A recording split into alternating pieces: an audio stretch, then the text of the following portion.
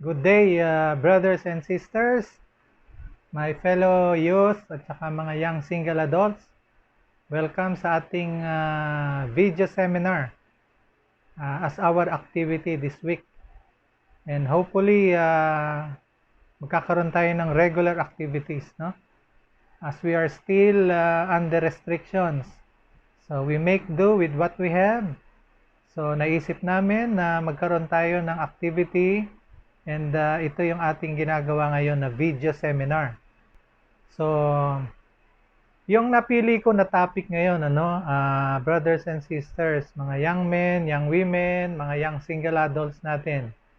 At maging yung ibang nanonood na rin, ay something that is very relevant, no? Na sa tingin ko ay kailangan natin sa panahon ngayon, no? In these challenging times.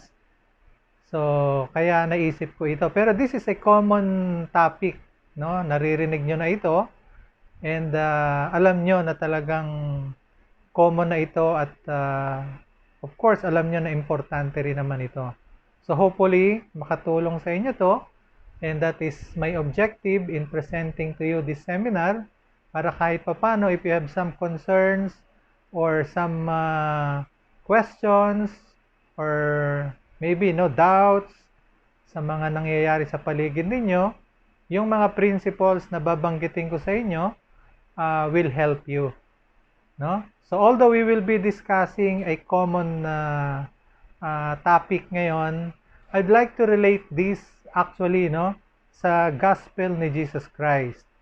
So what are the underlying principles, no, na magagamit natin sa buhay natin as we pursue itong topic natin ngayon. So, ang pinili ko na topic ngayon is about developing and maintaining self-esteem in challenging times. Okay, so take note of the term challenging times. And then, pagdating sa dulo, tignan nyo how it changed, no? Itong topic natin ngayon. So, bakit ba ito ang napili ko, no, na i-discuss sa inyo ngayon dito sa ating video seminar?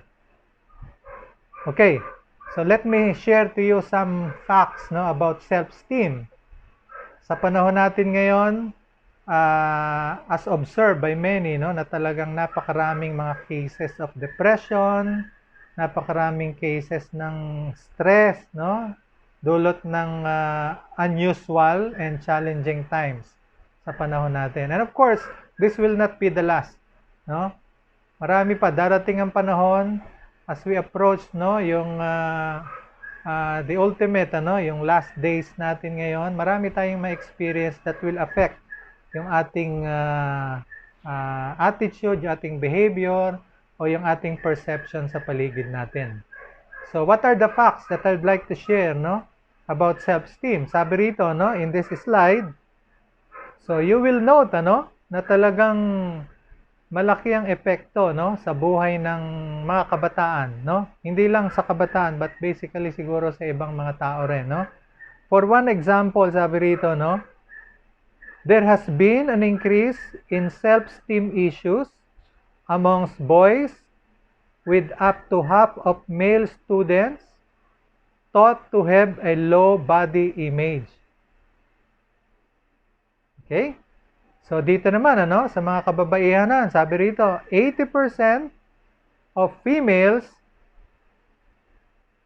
claimed their poor body image was linked to negative remarks made by others and family. No? And then, sabi rito, 75% of girls with low self-esteem report engaging in negative activities like cutting, bullying, smoking, or drinking. No? And then, sabi rito, up to 85% of the world's population is thought to be affected by low self-esteem. So, ang taas nun, no? Brothers and sisters, 85% ng tao sa buong mundo, they would feel na they lack self-confidence, self-esteem, no? And then, of course, yung role ng social media. Sabi rito, social media, contrary sa pagkakaalam natin, dahil masyado tayong engross sa social media, sabi niya, is lowering, not raising our self-esteem. No, kaya you would encounter a study na talaga nagsasabi pagka masyado tayong engaged sa social media, it is a primary factor sa depression ng isang tao, no? So that is one reason kung bakit I feel impressed to share itong topic na ito sa inyo. And link this dito sa principles of the gospel of Jesus Christ. So ito, particularly with how we view ourselves, ito yung karaniwan na nagpapababa ng self-esteem natin, Sabi nga, yung mga terms na I can't do it, I am not worthy, So itong mga terms na ito would affect definitely, yung pagkakakilala natin sa sarili natin. Nobody loves me, So parang lagi tayong may kulang, And I must not make a mistake, So I'm not good enough. So ito yung mga karaniwan na manifestations, Not cause or causes of lack of self-esteem. Ito yung nagmamanifest na talaga na mababa yung self-esteem niya. Okay? Now, let me show you this picture, And basically, tingnan ninyo how it relates sa self-esteem na pag-uusapan natin ngayon. Okay? So, nakita nyo, na basically, self-esteem has something to do with how we view yung sarili natin. So, this is an example ng isang ordinary tao, or dito sa picture na to, isang pusa, But do you consider, tinitignan niya sa sarili niya, is somehow, isa siyang mighty lion, So, isang maliit na creature, pero ang pagkakakilala niya sa sarili niya, isa siyang Lion King, And I remember a story, dito sa nabasa ko sa isang libro, and I think shared by some leaders ng simbahan, Ito yung isang bata na kinidnap, hoping na anak siya ng king, and then hoping na pagdating ng panahon, masira nila yung self-image ng bata na yon, and then hindi siya maging isang king. So, itong bata na to, inimpluwensyahan nila lahat, everything, sa pag-inom, lahat ng mga bisyo, dinala nila. And then, in all instances, na inexpose siya para maging masama siya and become unworthy to be a king. In all instances, na inoferan siya ng hindi maganda o pinapagawa siya ng hindi maganda, he would refuse and not do yung hindi dapat gawin. And then finally, when he was asked kung bakit niya ginagawa yon o hindi niya ginawa yon, ang kanyang sabi is, because I was born to be a king. So, merong self-image itong bata na ito, A high self-esteem, an understanding of yung kanyang sarili, kung bakit hindi niya kayang gawin yun.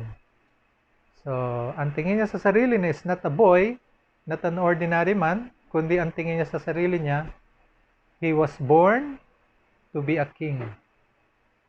Okay? So, basically, yung pagkakaroon o pagkakakulang natin ng self-esteem has to do with how we view ourselves, yung sarili natin. Okay. As I study itong term ng self-esteem, and consider yung definition, official definition ng self-esteem, I can really see na talagang this has a deep gospel connection, Tignan ninyo yung definition ng self-esteem by the National Association of Self-Esteem. Talagang makikita ninyo how it is connected, interrelated sa tinuturo sa simbahan. Sa simbahan ni Jesucristo na mga banal sa mga huling araw. So, ito yung definition na sinasabi nila about self-esteem. Individuals with healthy or high self-esteem characterized by tolerance and respect for others, Individuals who accept responsibility for their actions, have integrity, take pride in their accomplishments, who are self-motivated, willing to take risks, capable of handling criticism, loving and lovable, seek the challenge and stimulation of worthwhile and demanding goals, and take command and control of their lives. So makikita nyo, no, na ito yung tinuturo natin sa simbahan, no? Na as we have the gospel of Jesus Christ, it gives us power to control and direct, no, and guide our lives. And as a result, we expect, and ideally, members of the Church of Jesus Christ of Latter-day Saints are people with high self-esteem because of what we know of the gospel of Jesus Christ. And then sabi rito, no? In other words, they trust their own being to be life-affirming, constructive, responsible, and trustworthy. No? So, yun ang simple definition ng self-esteem. The experience of being capable of meeting life's challenges and being worthy of happiness. So, a person who has that capability, no, to handle yung situations around him deserves, no, yung being happy sa buhay niya. So, it becomes a natural result or consequence of this capability. Yung kakayanan na yon, ang nagiging bunga nun ay masaya siya, no? Regardless of what is happening around us. And that is a manifestation of high self-esteem. There is a pioneering, I don't know if this is pioneering, no, but a well-known author, no, isang psychologist siya, si Nathaniel Branden, in a book na sinulat niya, no, yung 6 Pillars of Self-Esteem. So, ito nga yung 6 na pundasyon, no, ng pagkakaroon ng self-esteem ng isang tao. So, let us consider some of these, itong 6 na pillars na tinatawag niya, no, of self-esteem. So, una, no, sabi rito, no, if you will note yung slide natin, ano, number 1, as number 1 pillar of having high self-esteem is, sabi rito, let us practice of living consciously. No? So, living consciously, mamumuhay tayo ng may awareness na ganito ang sitwasyon natin, no? Ganito ang buhay natin, ganito ang kakayanan ko, ganito ang hindi ko kaya, no? So, aware siya, no? Doon sa kanyang uri at estado ng pamumuhay. So, wala siyang tinitignan na bagay na hindi reality, no? Ang kanyang pananaw sa buhay is kung ano yung kanyang tunay, no, na estado sa buhay, no? So, live consciously. The practice of living consciously, no? And then number 2, sabi diyan is the practice of self-acceptance. No? So, tinatanggap niya kung ano siya, kung ano yung sarili niya. Okay? So, ina-accept niya yung kakulangan niya, kailangan i-improve, no? Tinatanggap niya yan. Yung hindi niya kaya, alam niya. So, tatanggapin niya yun, no? Na hindi niya kaya yun. So, wala siyang inahangad na bagay na hindi realistic. So, ang kanya is kung ano yung realistic, no? Self-acceptance. And then, number 3, no? Sabi diyan, the practice of self-responsibility. So, walang sisihan. No? Hindi siya naninisi sa mga bagay na hindi umaayon sa kanyang kagustuhan, hindi niya sisisihin ng ibang tao sa mga nangyayari sa buhay niya. No? So, a person with high self-esteem would accept personal responsibility, no, sa lahat ng nangyayari sa buhay niya. And that would start, no, of many things that can go his way positively, no, pag meron siyang self-responsibility. Number 4 is the practice of self-assertiveness. Yes, yes. Yung no, no. Hindi mo siya masisway. Kung mali, mali. Kung tama, tama. No? Of course, practicing yung what is sa gospel natin is the practice of compassion, is pasok niya dyan. Pero with things that are really concerning, no? Yung principles, doctrines, no? Standards ng simbahan, hindi talaga. Pag sinabi niyang hindi, hindi. Self-assertiveness, no? Kahit ilan pang tao ang nagsasabing yes at mali, he will still say no dahil yun ang tama. And the other way around. Basta kung saan ang tama, he would assert it. No? And then number 5 is the practice of living purposefully. No? Ibig sabihin nun, meron siyang pananaw sa buhay, may gusto siyang marating, lahat ng ginagawa niya sa buhay ay mayroong dahilan at alam niya kung bakit niya ginagawa yon. No? May purpose siya sa lahat ng ginagawa niya. Kaya lahat ng gagawin niya ay may pupuntahan. Productive in a way kasi alam niya na may purpose siya. Whatever it is, alam niya yung purpose niya kung bakit niya ginagawa yon.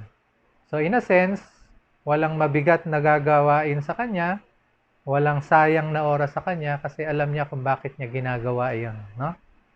So, for a right purpose, siyempre. As members of the church, our purpose is always and should be always right, no? Yung purpose natin. And then last, sabi niya, the practice of personal integrity. No? So, yung honesty, integrity, sinisikap niya, ano? Na maging tapat, no, sa sarili niya, sa kapwa niya, sa Diyos, sa ibang tao. So that is integrity. Kung ano yung sinabi niya, yun ang sarili niya. No? So walang pagkakaiba. Yung sabihin na integrity means whole, buo, integrated, hindi hiwalay. Hiwalay yung sinabi, hiwalay yung ginawa. Hindi ganon, no? A person with integrity, no, match yung sinasabi niya sa ginagawa niya, no? So, these are the pillars of self-esteem, no? As written by Nathaniel Branden. Now, kung merong self-esteem, what is not self-esteem? Ano naman yung hindi self-esteem? So, yung National Association, no, ng self-esteem sa Amerika would also have a definition, no, of what I call pseudo self-esteem. No? It is not a self-esteem. Contra self-esteem.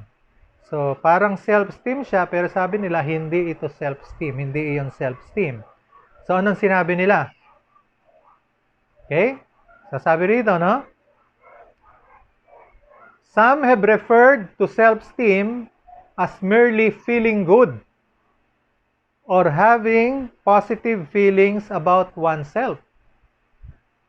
So sabi nila, it's not enough to say that's self-esteem. You just feel good about it. It's not self-esteem. Huh? And then, others have gone so far as to equate self-esteem with egotism, arrogance, conceit, narcissism.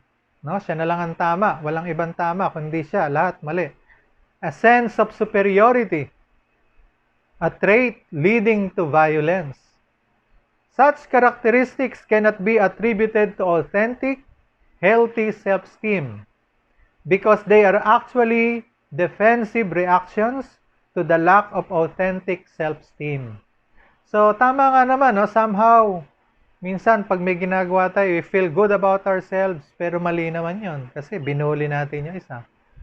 Pero dahil lang sa naramdaman nating kapangyarihan or superiority, parang we feel good about ourselves. So sabi ng National Association for Self-Esteem, that is not self-esteem. Huh? So, as you can see, no, dun sa definition ng National Association for Self-Esteem, self-esteem is always right and positive. No? Tama siya. So, it is not just feeling right. No, it must be right in itself, no? Dahil tama siya. So, at least makita natin yung difference, no, ng tunay na self-esteem at saka yung pseudo self-esteem na sinasabi. Now, let me introduce to you, no? Dito, papasok na tayo doon sa tinatawag natin na perception. Gaya ng sabi ko kanina, self-esteem has something to do with how we view ourselves. But it's more than that. Makikita ninyo dito sa mga susunod na slides and hanggang sa huli, you will see na maraming factors that affect our self-esteem. Now, in this way, I would like to introduce sa inyo, no, doon sa tinatawag na Johari's window. Johari's window. Okay? And then, as I discuss, itong windows na ito, actually, 4 ito na butas, ano? I will try to incorporate yung principles of the gospel and relate doon sa application of the gospel or non-application of the gospel sa pagkakaroon natin ng self-esteem or pagkakaroon natin ng low self-esteem. So in other words, make connection, no? As we apply the gospel, we increase our self-esteem. As we disregard the gospel, we lower our self-esteem. We lose our self-esteem. So, with that, I'd like to relate yung tinatawag nga na Johari window. And I'll discuss each of these, no? As we proceed dito sa seminar na ito. So, Johari's window was developed by Joseph Luft and Harry Ingram in 1955. US psychologist po sila. No? So, dinevelop nila ito to somehow help people, no, to understand yung kanilang perception ng nasa mga nakapaligid sa kanila, ng sarili nila, and how people perceive them. Kaya tinawag itong Johari, no? Joseph, and then Harry. No? Johari's window. Now, ito yung Johari's window. Sabi niya rito, no? There are actually 4 openings, no, in a window. 4 na butas yan. Papalagay na, sabihin natin 4 na windows, no? So, ito yung tinatawag nila, the first window. Makikita nyo dyan, yung tinatawag na arena. Okay, and later on, didiscuss natin yan. Arena, known to self, known to others. So, alam mo sa sarili mo at alam din ng iba para sa sarili mo. Okay? And then the second window would be the blind spot. Blind spot. So, hindi mo alam sa sarili mo, pero alam ng iba tungkol sa iyo. Okay? So, that's why it's a blind spot. Hindi mo alam, pero alam ng iba. And then, number 3, no, itong nasa bandang baba, ay tinatawag na facade. No? So, ito naman yung known to self, alam mo sa sarili mo, and then, hindi alam ng ibang tao. So, it's a facade. Pangharap, no? And then, the last window is the window known as unknown. Unknown. Hindi mo alam sa sarili mo at hindi rin alam ng tao, ng ibang tao sa sarili mo. So, this is the Johari's window. Now, let us discuss one by one, very quickly itong mga windows na ito. And then, we will try to incorporate some principles, no, and ideas that will help us understand na in relation to this, how we can increase our self-esteem and how it affects, no, negatively yung ating self-esteem. Okay? So, punta tayo ron sa arena. Sabi nga rito, sa arena, it is known to you and known to others. So, lahat nakakaalam nito, including yourself. So, try to consider itong mga traits na ito, no? And identify kung meron kayo nito sa sarili ninyo. Very quickly, ilan dito o ano-ano rito ang meron sa inyo?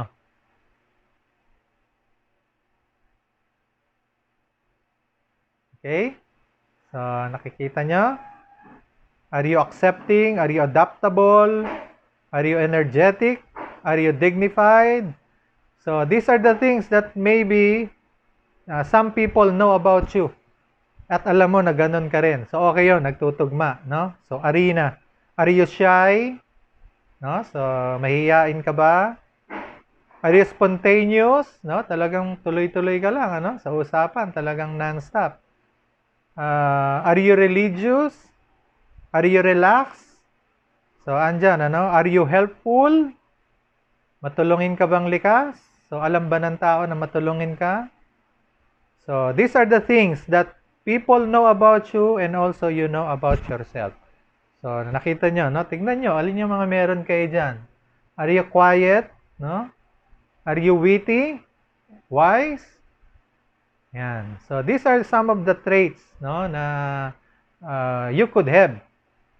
And generally, very positive naman itong mga ito. So, okay lang kung marami kayo na-checkan dyan na traits ninyo. So, basically, these are the things na arena. I'm not saying all these are known to you and known to others. I'm just saying, pwedeng ito. Meron sa inyo nito at alam ng tao na meron kayo nun. So, that is arena, no?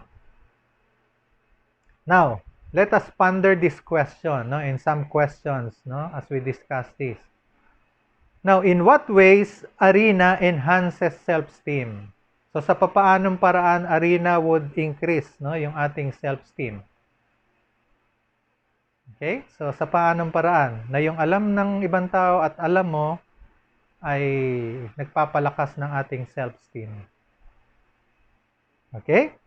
So, as you think about it, tingnan natin ito. Some examples, ano? I know you have experienced this, no, in your relationship with your classmates, with your peers, no? Everybody knows you are an LDS, dati Mormon, ano? So alam nila Mormon ka. Okay? So napagkakaalam nila sa isang Mormon. And also you know yourself na talagang Mormon ka naman, LDS ka naman talaga, di ba? Alam nila na ayaw mo sa sakit. Ay, wag niyang bigyan yan, ayaw niyan sa sakit. No? When you say sakit, ito yung sa word of wisdom, di ba? Hindi naninigarilyo yan, hindi umiinom ng alak yan, hindi umiinom ng kape yan, no? Hindi nagda-drugs yan, no? So, hindi umiinom ng tsaa yan, so ayaw sa sakit. How will that enhance your self-esteem? How will that affect, no, your being, no, positively? Alam nila at alam mo rin. Will that help you? Enhance your self-esteem? So, maybe you have experiences, ano, na yes, definitely. In that way, nakatulong, no? Nagpalakas ng self-esteem ko, no? So, I have a personal experience. Lagi kong sinasabi sa inyo yan, when I was growing up, marami ring nagbibigay sa akin ng ganyan, sigarilyo, ganyan, nag-aalok when I was in college, no? So, pero I have made it a point na ipaalam sa kanila na I am a Mormon at that time, Mormon, ano? So, they would know kung ano yung standards ko, no? Even pagdating ko sa pagtatrabaho, sinikap ko rin na sa simula pa lang ipaalam na, no, sa tao. So, alam ko na ganun ang standard ko at ipinapaalam ko yan sa mga tao. So that somehow it would also be a protection to me, no, na dahil alam na nila yon, so I will be guarded, no, doon sa mga gagawin ko. Kasi pag sinabi nilang, ay, Mormon ka, ba't uminom ka? So that would be a big question mark sa kanila on our integrity, hence, in our self-esteem. So in that way, pag alam nila at ipinapaalam mo yung mabuti about yourself, hindi pinagyayabang, ano? Alam lang nila, no? Ipaalam mo, no? And that will enhance basically, no, yung self-esteem mo. No? So kung alam nilang hindi ka umiinom, pangatawanan mo 'yan, no? And as you do so, it will enhance your self-esteem. Magkakaproblema lang tayo sa self-esteem natin kung sinasabi natin na ganun tayo and then hindi naman 'yun na nakikita nila sa atin. So that will be a big problem, no?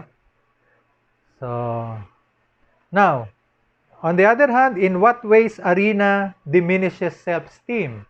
So sa papaanong paraan naman nagpapababa ng self-esteem yung arena, no? Alam mo and then alam nila. No? So think about it. And then as you think about it, no, meron din tinatawag na Noharis window. No? So, kanina sabi ko nga, most of the attributes, no, traits na nakalista diyon sa Johari's window, no, doon sa arena, puro positive, karamihan. Meron din silang Nohari. No? So, ito naman yung negative traits naman. Negative naman ito. So, do we have this, no, sa sarili natin? Are we violent? Are we selfish? No? So pag alam mo yan sa sarili mo na ganyan ka at alam din ng ibang tao na ganyan ka, how will that affect yung iyong self-esteem? Di ba? So basically, itong mga nandito, no, ay negative, no? Kaya Nohari, negative self-esteem. Are you panicky?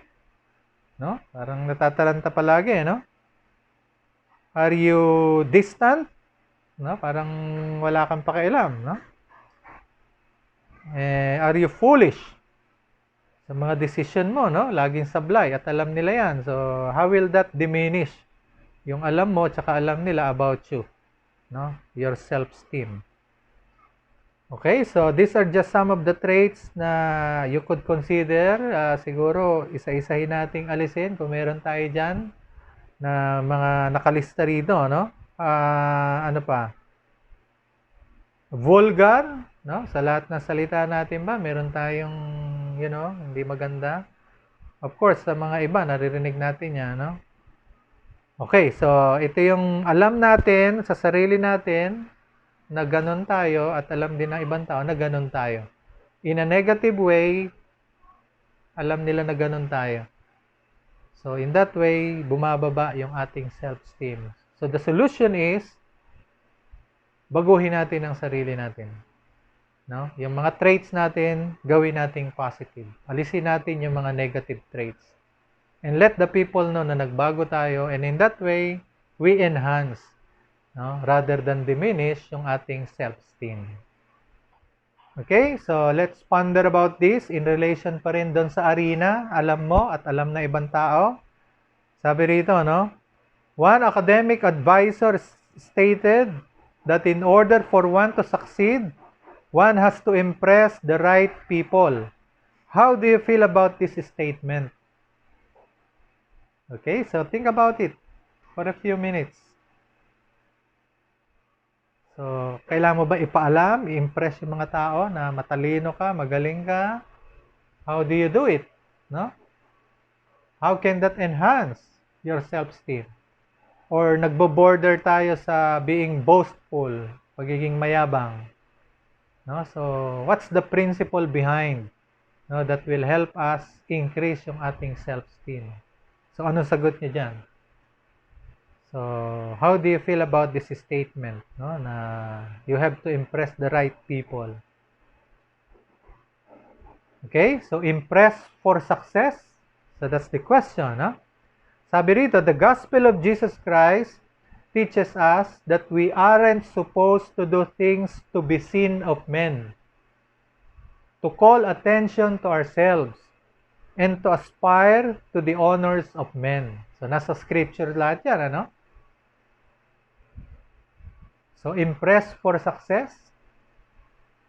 And then, Jesus Christ chastised those in His time who did all their works to be seen of men. John recorded that among the chief rulers also many believed in Jesus. But because of the Pharisees, they did not confess Him, lest they should be put out of the synagogue. For they loved the praise of men more than the praise of God. So how will you reconcile that? And how will you enhance your self-esteem, no, with your good attributes na kailangan malaman ng mga tao? So, and then ponder this question, no, in relation. Sabi, is it possible to impress the right people without aspiring to the honors of men or seeking to draw attention to oneself? So, what do you think? Pwede niyo i-pause ang video and then think about it. Sa mga nag-a-apply ng trabaho, siyempre, you have to impress the right people para kayo ma-hire. So, what would be the principle behind this? Tama ba? I-impress natin sila? without violating yung sinasabi ng Panginoon na hindi tayo dapat magpayabang para makita ng mga tao. Now, let me share to you what Meryl J. Christensen said about this, in relation to this. Sabi niya, fortunately, yung question na yon, yung to impress for success, I had the opportunity to pose that question to Elder Russell M. Nelson in a YSA Fireside. He said, if you are well prepared in everything you do in school and professionally, and do the highest quality work of which you are capable, your work will speak for itself, and the right people will be impressed. In his 2007 conference talk, President Parker spoke in reference to music in the church, but his words are applicable almost universally. He said, excellence does not call attention to itself. It does not need to. As Elder Nelson and President Parker taught me, excellence will be obvious to those who need to be impressed. No? So, ang sinasabi niya, if you do everything to prepare, and then you work hard for it, those who need to be impressed by your excellent work will be impressed.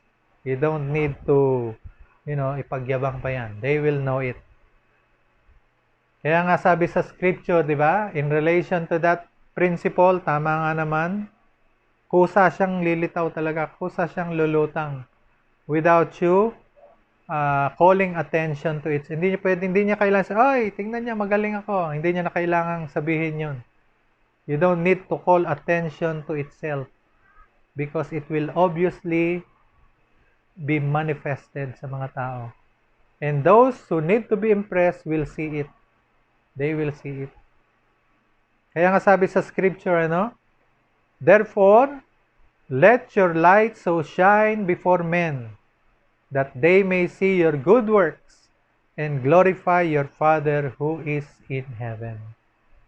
So in other words, arena, doon sa window na yon, will enhance our self-esteem. Kung alam natin sa sarili natin na ganun tayo, at doon sa maganda at magaling na ginagawa natin, they will also know it. By itself, hindi natin kailangan ipagyabang yon. They will notice it. And as they notice it, we do not give praise sa sarili natin, kundi sa Panginoon. So, yung mabuting nakikita nila sa atin ay to glory, to give glory, to glorify, si Heavenly Father. Okay? So, in that way, we increase, we enhance our self-esteem. Now, let's go doon sa number 2, yung tinatawag na blind spot. Known to others, but not known to you. Okay, so blind spot. Hindi mo alam na meron ka pala nun, pero alam ng ibang tao as they observe you, So, ito yung number 2 window, doon sa blind spot. Now, let us ponder itong questions na ito, Sabi dito, in what ways the blind spot enhances self-esteem? Okay? Hindi mo alam, pero alam ng ibang tao tungkol sa'yo. So, how will that increase your self-esteem? And then, what is the role of giving and receiving constructive criticism? Okay? So, ano yung role nung bibigay tayo ng feedback sa isang tao? Kasi hindi niya alam eh. So, we tell that person na ganito siya, ganyan siya. So, what is the role of constructive criticism? And how will that enhance our self-esteem? So, kung tayo yung nakakaalam na isang bagay sa isang tao, paano natin sinasabi yun sa kanya? So, as a giver of the feedback, how will that increase our self-esteem? And as a receiver of the feedback, how will that increase our self-esteem? No? Nagagalit ba tayo pag sinabihan tayo na ganun tayo? Or we take it as something na paraan para ma-improve natin ang sarili natin. No? So, hindi natin alam, pinuna tayo, sinabi na ganun tayo. So, do we take it against the person na nagsabi sa atin? Or do we improve ourselves? Kasi nakita natin na meron tayong kailangan improve. So, if we say yes, we improve, no? We increase our self-esteem. Pero kung ma-offend tayo, nagalit tayo dahil doon sa kanyang feedback, we lose our self-esteem.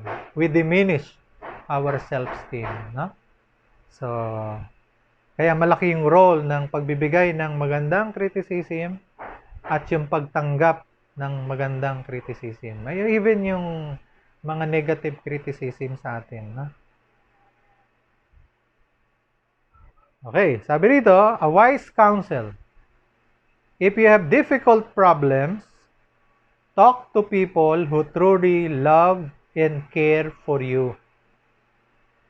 Okay? So, in relation dun sa blind spot sa buhay mo, may mga bagay na hindi ka sure sa sarili mo, no? Kung kaya mo ba, o may mga questions ka na hindi mo alam ang sagot, dahil hindi mo alam, talagang hindi mo alam, so saan ba tayo pumupunta to seek for counsel or advice? No? Kaya next, sabi dyan, next ponder question dito, do you seek counsel from your parents, from your leaders, or you avoid or ignore them?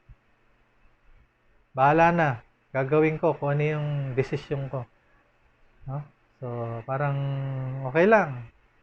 No? So, bahala na, ganitong gagawin ko. So, do we consult? Do we ask our parents about it?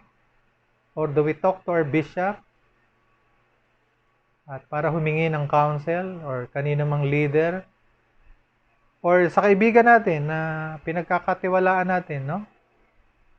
So, yun talagang nagkikare sa atin, no? Do we seek for their advice? Kasi nga, baka alam nila, no, na hindi natin alam. Baka may idea sila na alam nila na makakatulong sa atin. Okay? O basta na lang tayo sugod. Decision agad. Okay? So, in that way, if we seek people's advice sa mga bagay na hindi natin alam, sa mga important decisions na hindi natin alam kung ano magiging decision natin, it will increase our self-esteem kung lalapit tayo sa mga inspired sources. So, for things that we do not know, but other people know, that is our blind spot. So, we enhance our self-esteem kung susundin natin yung pamamaraan na yun. We seek for the advice of those people who know, no? At who love us and who care for us. Okay? So, on the other hand, how, no, in what ways blind spot diminishes self-esteem?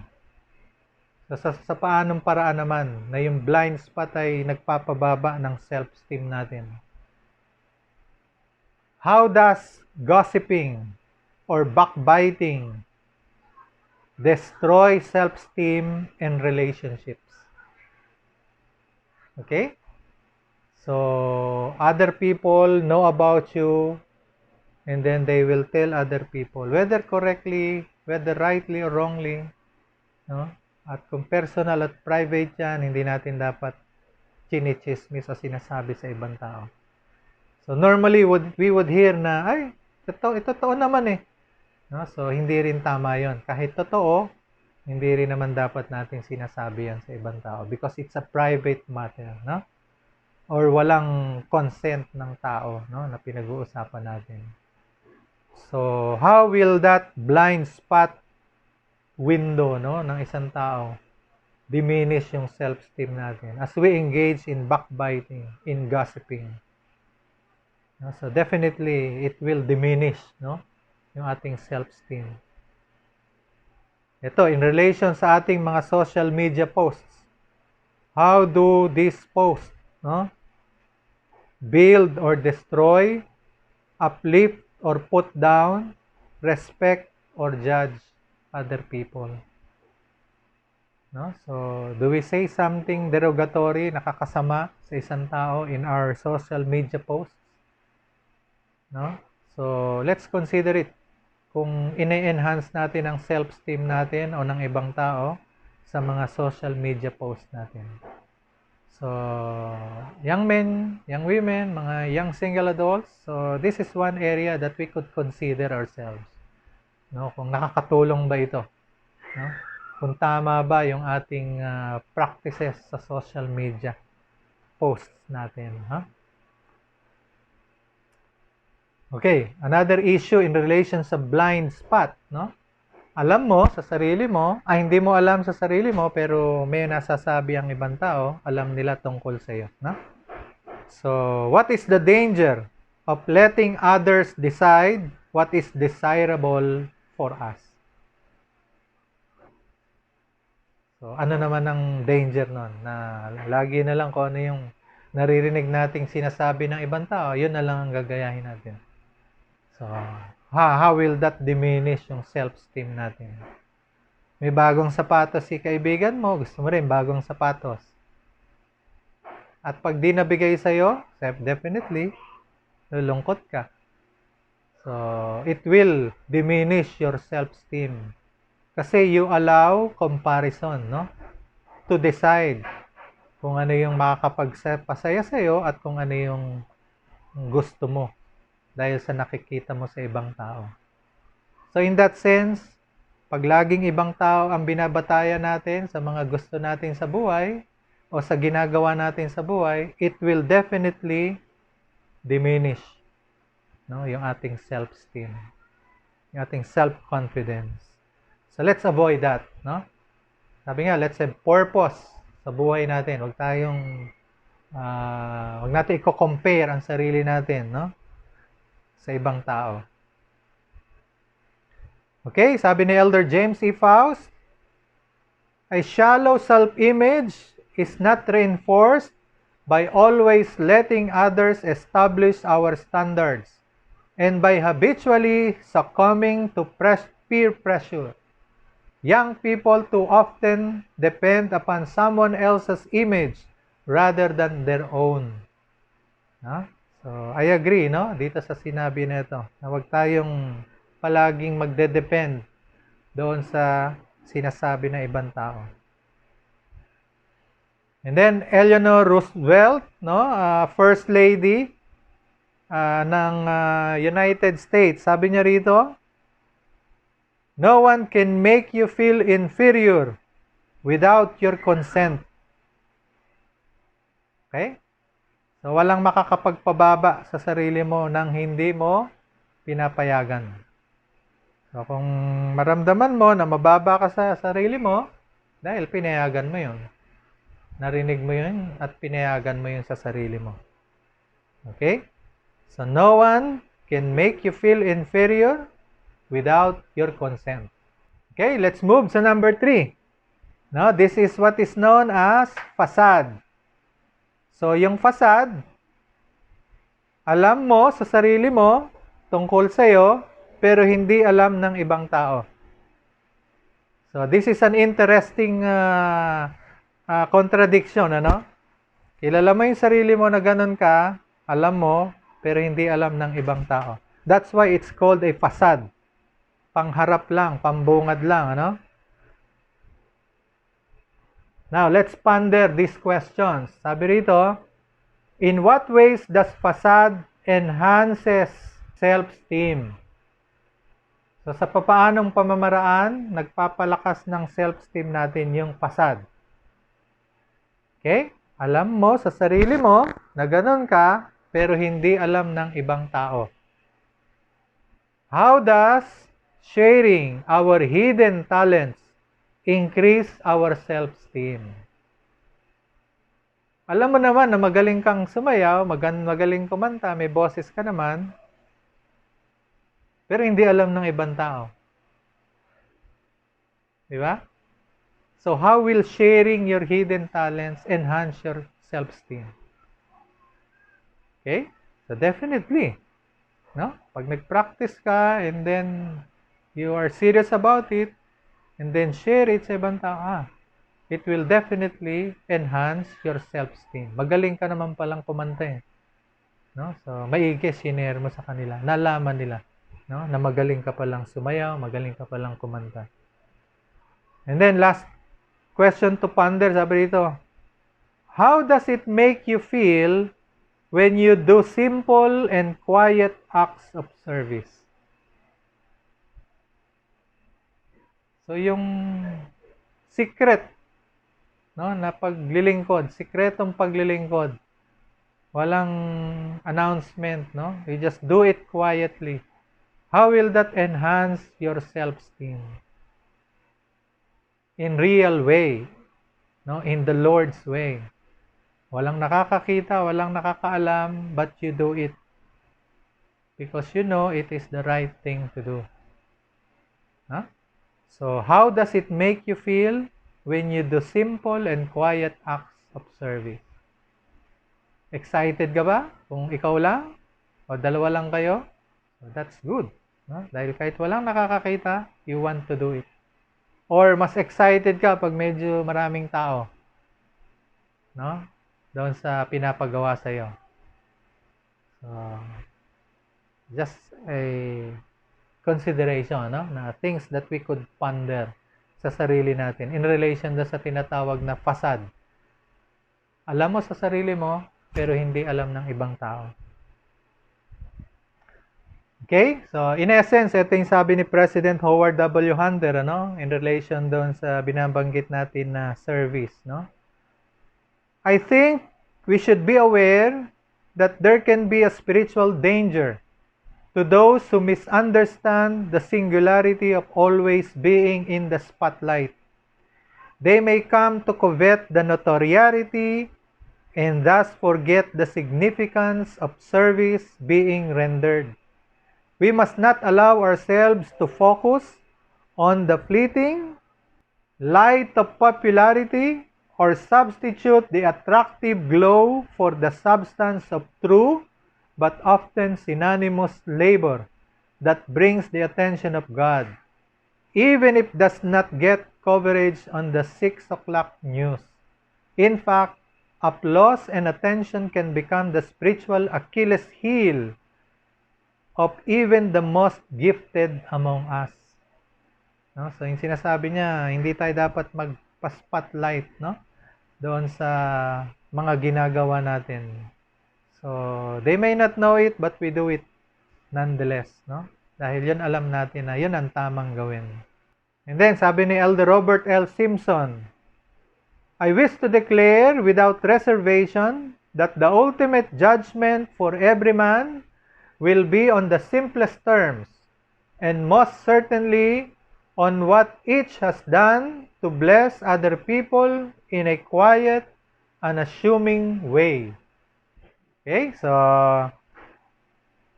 ito, familiar kayo sa poem na to, no? Sabi rito, no? Father, where shall I work today? Father, where shall I work today? And my love flowed warm and free. Then he pointed out a tiny spot and said, tend that for me. I answered quickly, oh no, not that. Why, no one would ever see. No matter how well my work was done, not that little place for me. And the word he spoke, it was not stern. He answered me tenderly, ah, little one, search that heart of thine. Art thou working for them or me? Nazareth was a little place, and so was Galilee. So, napakaganda, no? To remind us na just like the Savior, we do acts of service, no, na hindi kailangang malaman ng mga tao or some grand service na gagawin natin, no? So, And in relation to that, sabi nga rito, on the contrary, doon sa facade, in what ways our facade diminish our self-esteem? Okay? So, ito yung picture nung kilala na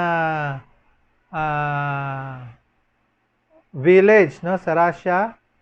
Actually, it's a brand, no? It's a term. Hindi siya exact location na nandun talaga. It's called Potemkin Village.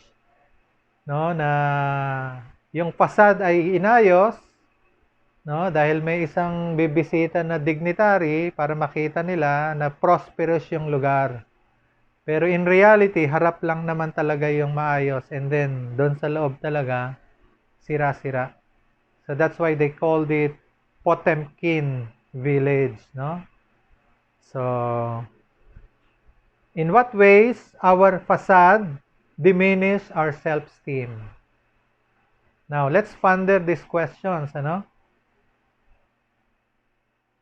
How may sins be like a facade in us?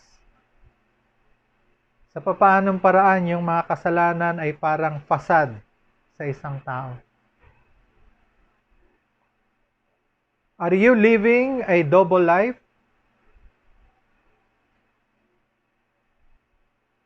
There was one message na binigay ni Elder Michael Yute, no? A Filipino general authority, no? And he was sharing yung experience niya when he entered the mission. First time kaharap niya yung mission president niya. And then he was shocked, no? Doon sa question ng mission president niya. Sabi ng mission president niya, "Tell me all about your unrepented sins." So, if we are asked the same question, how are we going to respond? So, how is that like a facade? No, yung mga kasalanan na nagagawa natin. Now, there are scriptures, that somehow will tell us kung anong feeling ng Panginoon doon sa mga facade natin sa buhay. Yung mga kasalanan natin na alam natin pero hindi alam ng ibang tao. Sabi rito in Doctrine and Covenants 58:60 in relation kay Ziba Peterson, sabi niya, "Let that which has been bestowed upon Ziba Peterson be taken from him, and let him stand as a member in the church, and labor with his own hands with the brethren, until he is sufficiently chastened for all his sins, for he confesseth them not, and he thinketh to hide them." No? So this is how the Lord feels, no? And then, sabi rito, in Proverbs, "He that covereth his sins shall not prosper, but whoso confesseth and forsaketh them shall have mercy." No? So, sin is like a facade, no? Na that will diminish our self-esteem. Hindi lang self-esteem natin, kundi yung ating buong pagkatao. No?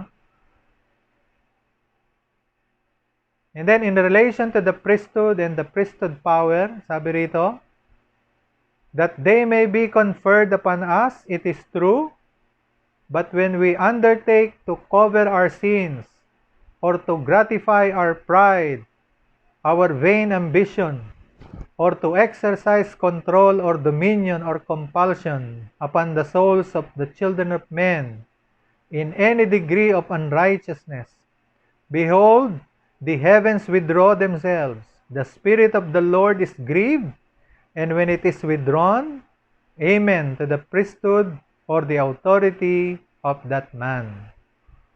No? So, yun ang nagiging epekto, no, sa isang tao na who would try to use a facade, no, sa kanyang buhay by covering yung kanyang mga kasalanan. No? Now, what is the relationship between repentance and self-esteem? So, anong kaugnayan ng repentance at sa pagkakaroon natin ng mataas na self-esteem? or mababa na self-esteem. Sabi ni Elder Neil A. Maxwell, despair cometh because of iniquity. Where mistakes have been made, remember, we have the glorious gospel of repentance. The soul may first need to be scalded by shame for real cleansing and healing to occur. But the miracle of forgiveness awaits all who are seriously sorry and who will follow the necessary steps. Huh? And then sabi rito, ni Elder James E. Faust, insecurity and lack of self-esteem may be related to lack of self-respect. Can we respect ourselves when we do things that we do not admire and may even condemn in others? Repenting of transgressions and forsaking of weaknesses represent, however, a great restorative salve for the strengthening of human worth and dignity. And then, binanggit ko na rin ito in my previous message, no? Ni President Russell M. Nelson. Sabi niya, nothing is more liberating, more ennobling, or more crucial to our individual progression than is a regular, daily focus on repentance. Repentance is not an event, it is a process. It is a key to happiness and peace of mind. When coupled with faith, repentance opens our access to the power of the atonement of Jesus Christ. And then, last of the windows, sabi rito is number 4, unknown. So, hindi mo alam, hindi rin alam ng ibang tao. Walang nakakaalam, no? So, let's ponder, no? Sabi nga, what abilities that we have that none, even us, know. So, ano yung mga ability na walang nakakaalam kahit sarili natin? Okay, so kung masagot niyo yan, ay bakit niyo alam? So, ibig sabihin, hindi. No? So, because you know it. Now, there are many talents and spiritual gifts that the Lord has given us, including those that are not easily recognizable and those that we have yet to discover. Many of the more notable gifts are listed in the scriptures, no?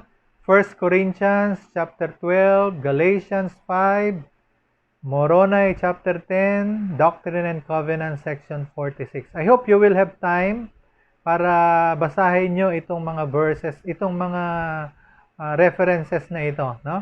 Tignan ninyo kung gaano karami na nakalista ng mga gifts, spiritual gifts, no? Na some of them, no, many of them we do not even know, no, na meron tayo at hindi alam ng ibang tao na meron tayo. No? Only Heavenly Father knows, no, na meron tayo nun. And then according to Elders Marvin J. Ashton and Elder Jeffrey R. Holland, no, ito yung ilang mga gifts, spiritual gifts na meron tayo. Na minsan hindi natin talaga alam, no, na meron tayo pala nun. So we are not aware na meron tayo nito mga to. Ito, yung gift of asking. Napunan niyo ba yan? Magaling kang magtanong, no? And then gift of listening. Wala ka namang sinasabi, nakikinig ka lang. No? Kahit matagal siya magkwento, ano? Nakikinig ka lang sa kanya. Just to be a listening ear, that's a gift. Hearing and using a still small voice. Being able to weep. Avoiding contention. Being agreeable. Avoiding vain repetition. Seeking that which is righteous. Not passing judgment is also a gift. Looking to God for guidance. Laging yun ang tingin mo, no? Wala ka ibang unang ginagawa kundi magtanong sa Kanya. Being a disciple, caring for others, Being able to ponder, no? Yung talagang nag-iisip sa mga bagay-bagay na mahalaga. Offering prayer, no? May mga tao talaga pag nagdasal, you will feel yung kanilang sincerity, no? Bearing a mighty testimony, receiving the Holy Ghost, being able to come, being able to become, being able to care, being able to study is also a gift. Kahit magulo sa paligid mo, nakapag-aral ka pa rin. Because that's important sa iyo. So, nagagawa mo yun. That's also a gift. Having charity. Maybe that's one of the most precious gifts that we have.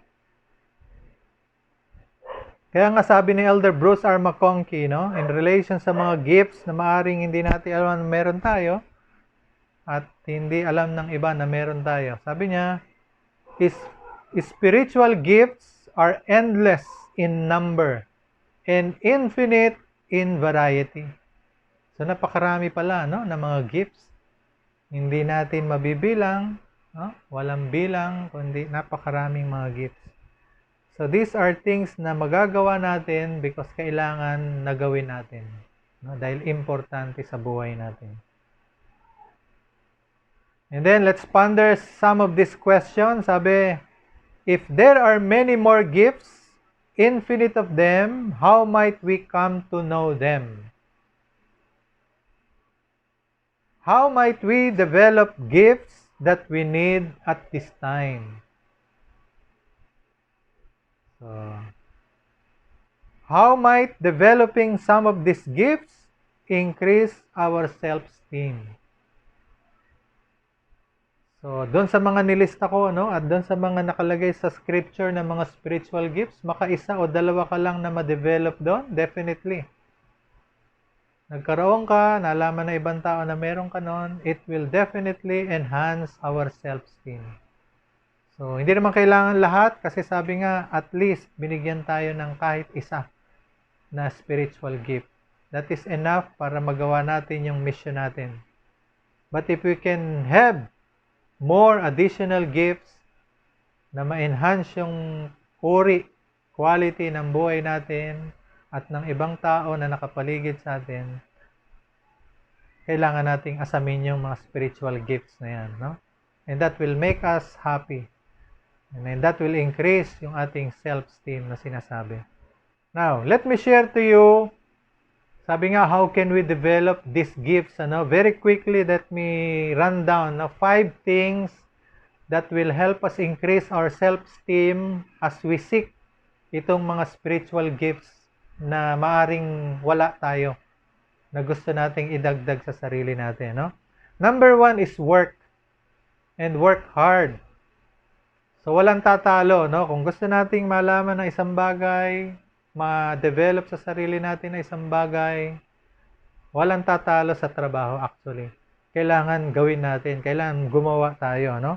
At pagsikapan natin na magawa yung bagay na yun. So, work and work hard. No? Sabi nga ni Theodore Roosevelt, I am only an average man, but by George, I work harder at it than the average man. Okay, so siya ang US President during the World War I. No? Then there is this book, na naikwento ko na nga sa ilan sa inyo. No? There is this book, ang title niya is How to be Successful Without Really Trying. Okay, so and then sabi ko ba, ang ganda yan Taasan ng kamay, sinong gusto, no? And then, nung mabigyan sila ng libro na yon, binuksan nila, and they found out, yung mga pages ng libro na yon, lahat blanco. No? So, ang message pala ng libro na yon, is for you to be successful, you have to do something. You cannot be successful without really trying. So you have to do something, no?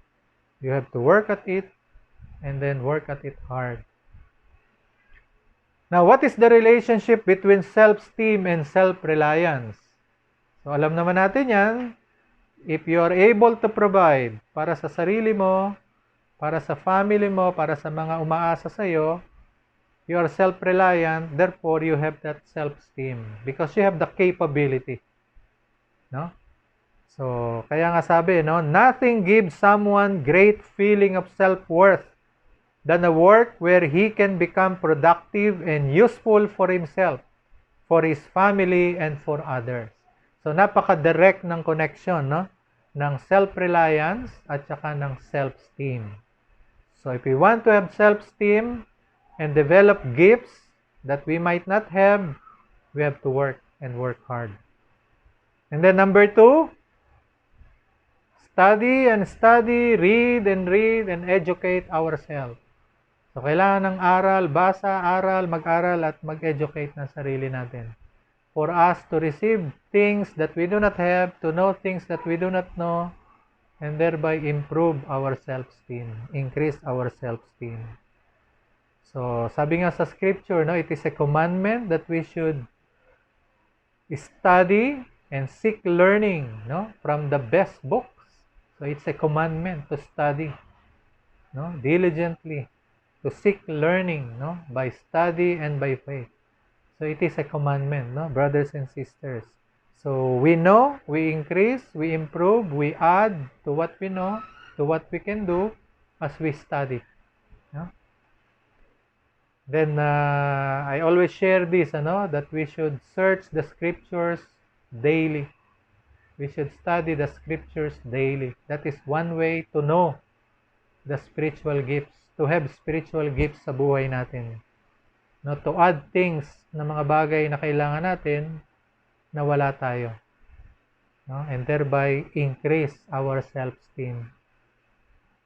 And then number 3, kanino pa natin malalaman ang mga bagay na hindi natin alam? No? O ang mga pamamaraan na wala tayo, may improve natin, mailalagay natin sa sarili natin than sa mga prophets na meron tayo. So my third advice is let's follow the prophet. No?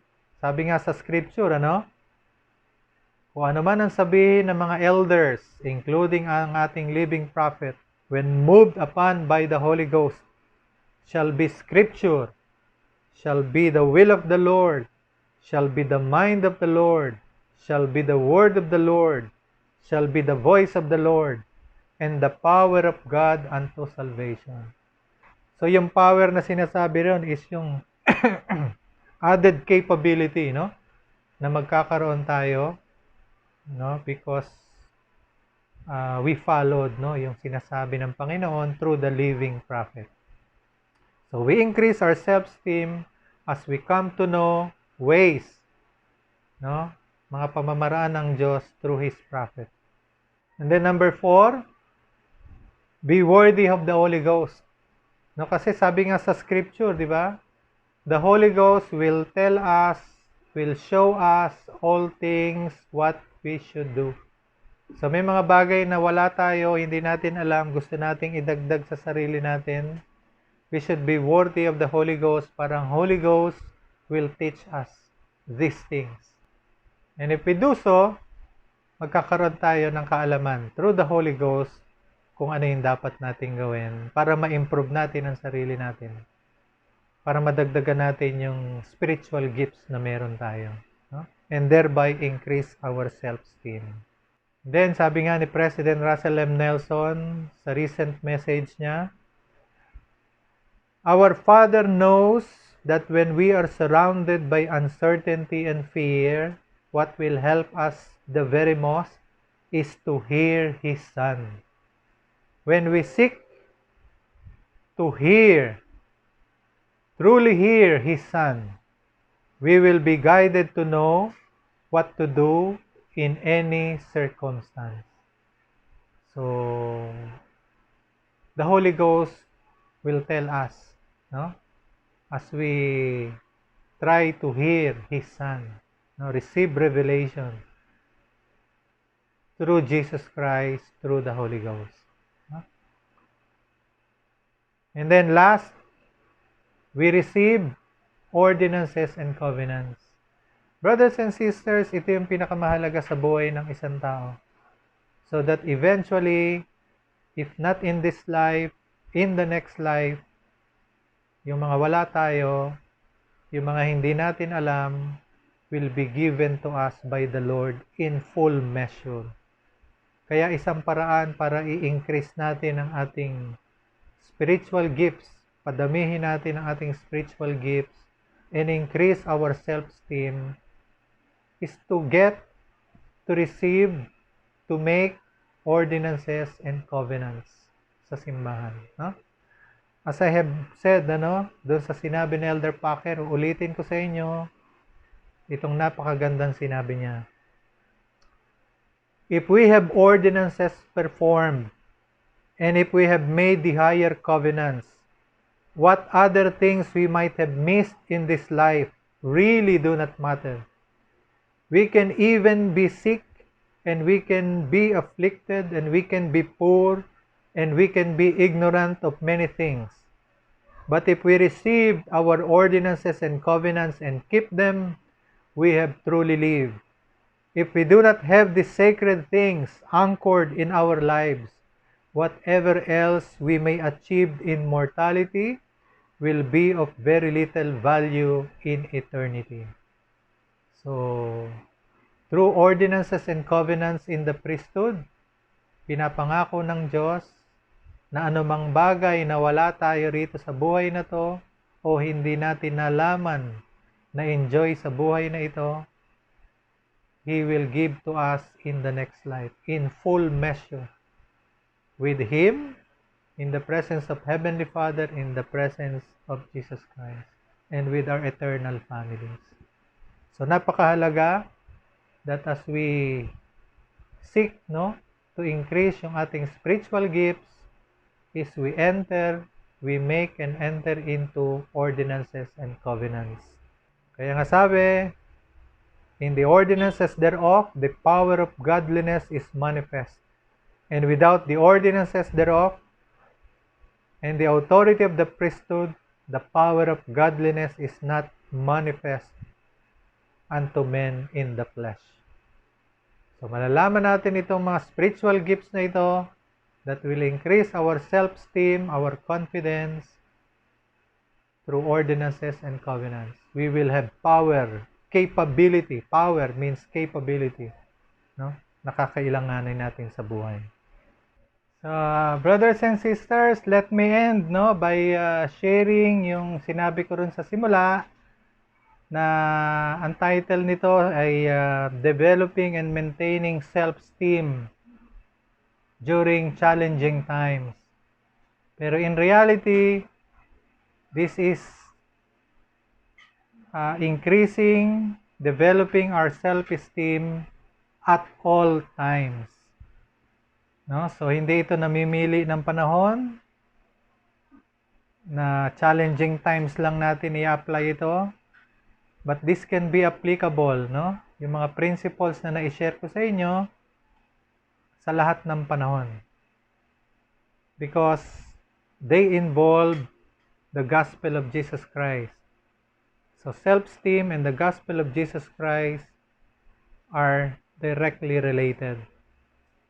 As we live the gospel of Jesus Christ, we increase, we maintain, we develop our self-esteem. As we disregard the gospel of Jesus Christ, we diminish our self-esteem.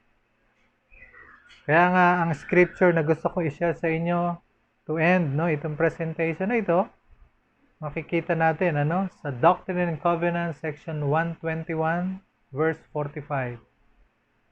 In relation to those who have strived to live according to the Spirit, this is the promise of the Lord to them.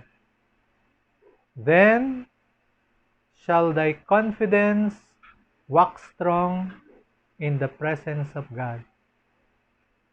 So brothers and sisters, living the gospel of Jesus Christ will increase not only our self-confidence, but also our confidence in our relationship with our Heavenly Father and Jesus Christ and to our fellow men.